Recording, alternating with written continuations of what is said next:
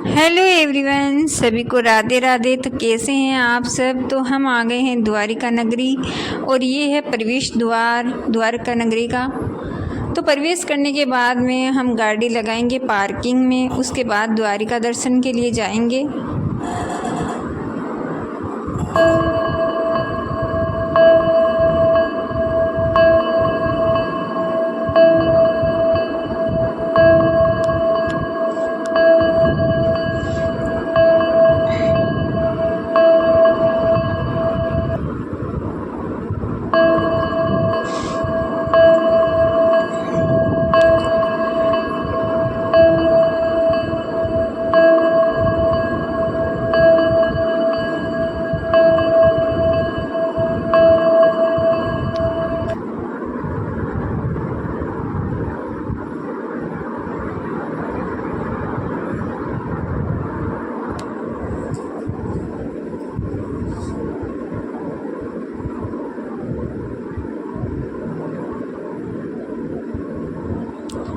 तो गाड़ी को लगा दी है हमने पार्किंग में। अब जा रहे हैं द्वारिका जी के दर्शन करने के लिए।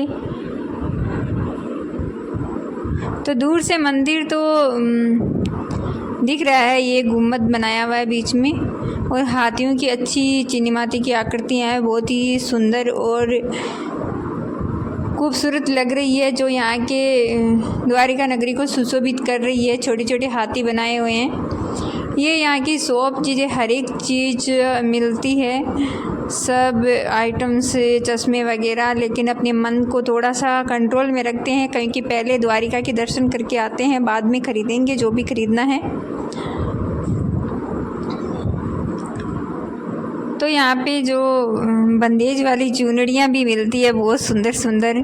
और ज़्यादातर कान्हा जी के कपड़े बहुत ही सुंदर सुंदर मिलते हैं, मुकुट वगैरह, बंसरी, कान्हा जी के छोटे छोटे कपड़े वो बहुत ही सुंदर मिलते हैं। और हाथों की ज़्यादातर यहाँ पे हाथों के जो कसीदे बनाए हुए बैगें वो ज़्यादातर मिलती है। तो द्वारिका के दर्शन करने के लिए पहले हमने प्रसाद ले लिया है और अब जाते हैं अंदर। तो यहाँ पे जो गार्ड बैठे हैं,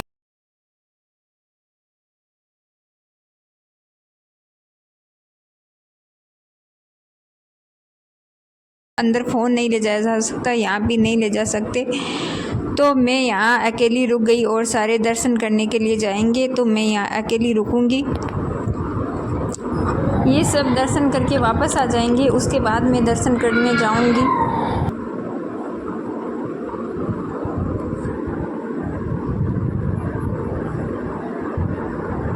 तो सारे फ़ोन और चाबी वगैरह, पर्स वगैरह सारे मैंने ले लिए हैं। वापस आ गए द्वारिका के दर्शन करके। अब जाएंगे हम भेट द्वारिका।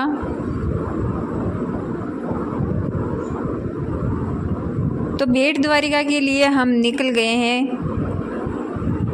और भेट द्वारिका जाए तो आप चावल ज़रूर लेकर जाइए, क्योंकि वो भगवान कृष्ण को अर्पित करें, क्योंकि सुदामा चावल ही लेकर आए थे भगवान कृष्ण के लिए, इसलिए।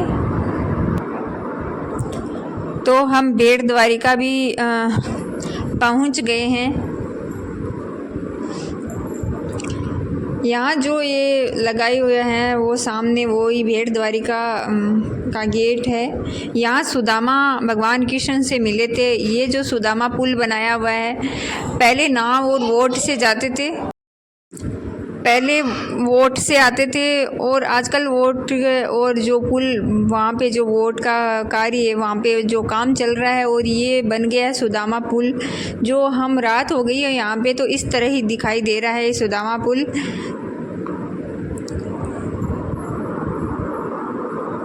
ये देखिए, इस हिसाब से बना दिया गया है। तो गाड़ी हम ठेठ भेट द्वारिका तक ले जा सकते हैं। अब नाव में आने की इतनी ज़रूरत नहीं है। तो दर्शन करने के बाद में हम वापस रवाना हो गए वहाँ से।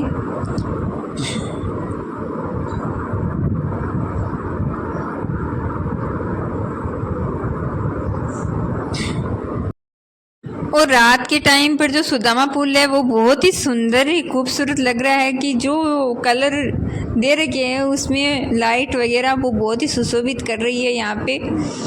तो कुछ देर बाद में मैं आपको दिखाती हूँ सुदामा पुल कितना सुंदर लग रहा है यहाँ से। तो अभी हम जाएंगे क्योंकि द्वारिका वापस।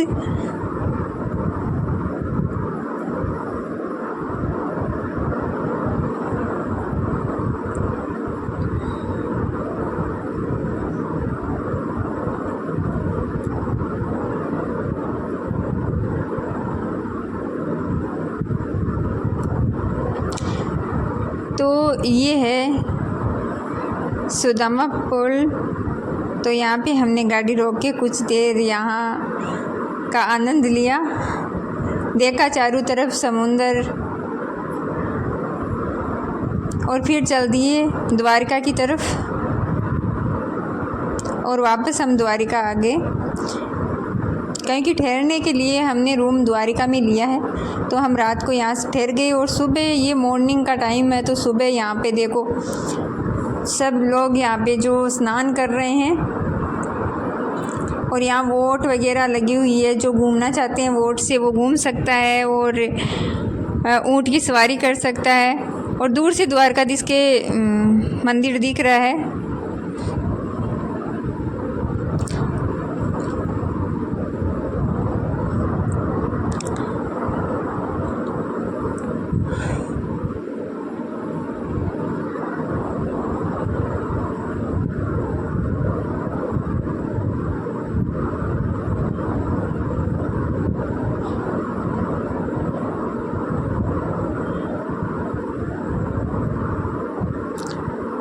तो ये वोट है।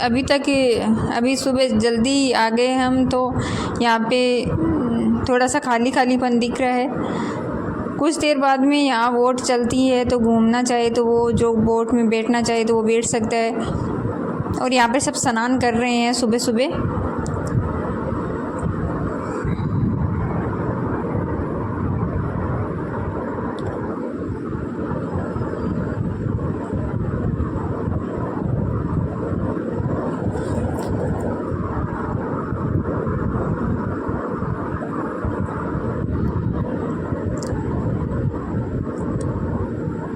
कुछ देर हम यहाँ पे ठहर के देखने के बाद हम जाएंगे सूर्य कुंड देखने के लिए।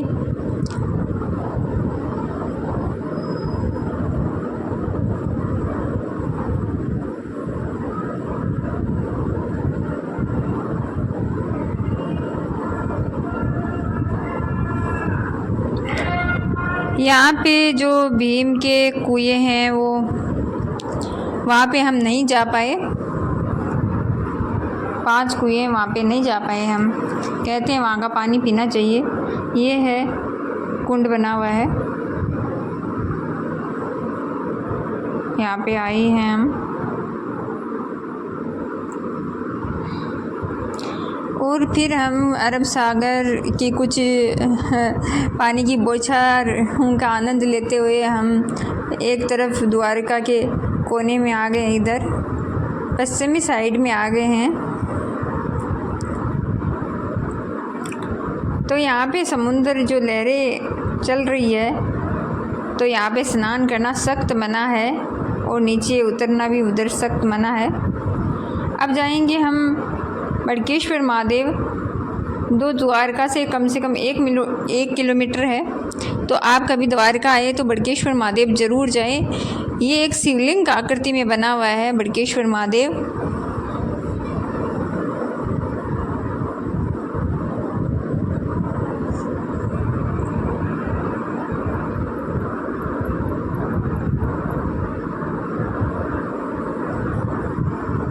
तो आप अगर कभी द्वारिका आए तो द्वारिका में रूम लेकर ठहर जाइए और वहाँ से रिक्शा करके आप बेट द्वारिका और बड़केश्वर महादेव अच्छे से घूम सकते हैं, जो आसपास के हैं। रुक्मणी मंदिर, तो दूर से बड़केश्वर महादेव दिखाई दे रहे हैं। और ये अरब सागर के पास में एकदम कोने में है। अरब सागर के पास में है ये, एकदम बीचों बीच माना जाता है। इनको बीचों बीच ही माना जाता है कि दोनों तरफ पानी है, थोड़ा सा ही रास्ता ही बना हुआ है। और ये शिवलिंग की आकृति में है। तो कभी द्वारका आए तो आप बड़केश्वर महादेव ज़रूर आएँ। माना जाता है कि ये 500 वर्ष पुराने हैं यहाँ पे।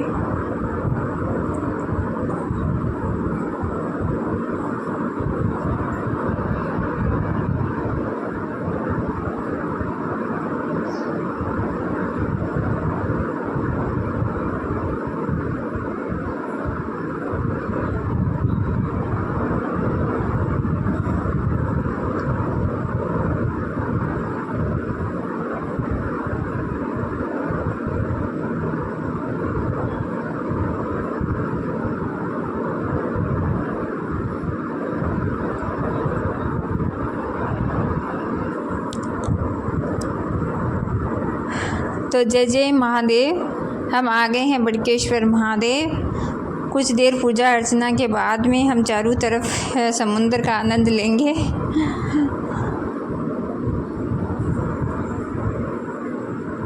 ये है बड़केश्वर महादेव।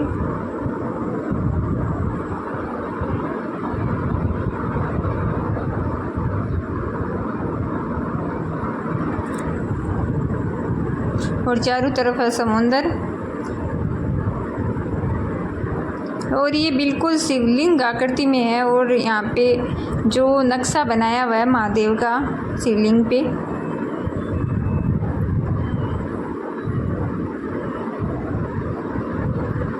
और चारों तरफ है समुद्र की बौछारें।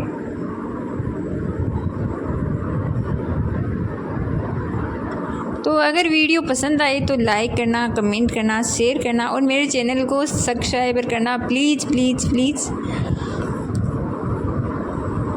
आपको इतनी अच्छी अच्छी चीज़ें, इतनी अच्छी अच्छी जगह दिखा रही हूँ, फिर भी आप सब्सक्राइब नहीं कर रहे हैं।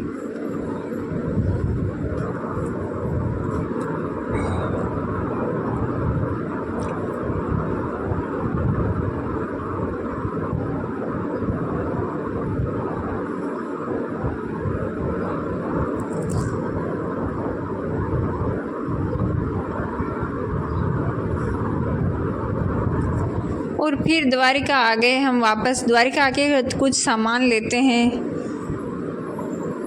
ख़रीदारी करते हैं कुछ। यहाँ पे रुद्राक्ष बहुत अच्छे मिलते हैं। अगर किसी बच्चे को गले में पहनाना हो तो रुद्राक्ष असली वाले मिलते हैं यहाँ पे।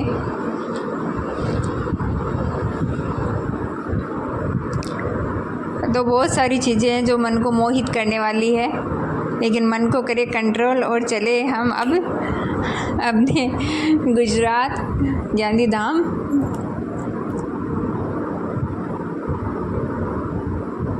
तो हम हो गए गांधीधाम की तरफ रवाना।